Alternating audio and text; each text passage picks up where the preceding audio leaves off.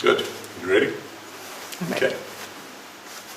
Hello, I'm Christo Nel from South Africa, and one of the greatest gifts of my life has been to, for more than 30 years, be involved with leaders from business, from politics, literally thousands of managers, including also participants on MBA programs, representing people from every continent on Earth except for Antarctica.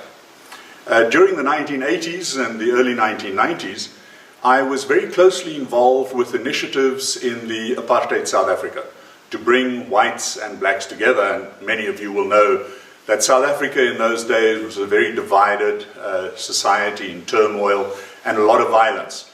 And at that stage, a group of visionary business leaders came to me to ask that I bring together white business leaders on the one side and black business leaders as well as black political leaders to try and create a bridge in the society of divided apartheid. This led me on a path, an adventure, of working with people in a very divided, conflicted environment who often totally disagreed with one another. And one of the key things was bringing together people that were strong, market-oriented capitalists in business, right through the political spectrum to people that were strongly in support of socialism and communism. And of course, many of the black leaders were in exile or in jail. During this period, I had the rich opportunity of working with some of the top business leaders in South Africa and also with the leadership of the great Nelson Mandela's generation and the generation that today forms the government of South Africa. Working with such diverse leaders across the entire spectrum of society exposed me to some very, very clear and universal challenges faced by leaders. One of the questions that I started asking myself almost 30 years ago was, why is it that sometimes an individual or a team or even an entire organization could overperform and outperform anyone else, and pretty much the same type of leaders were underperforming?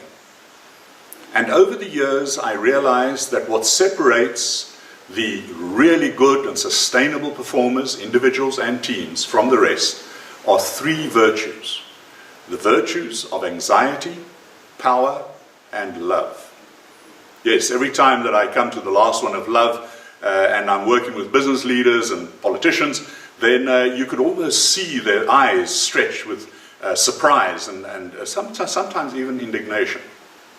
Well, what I'll be doing on the 23rd of September at the Aruba TEDx talks is to talk around how does anxiety, power, and love contribute to sustainable great leadership.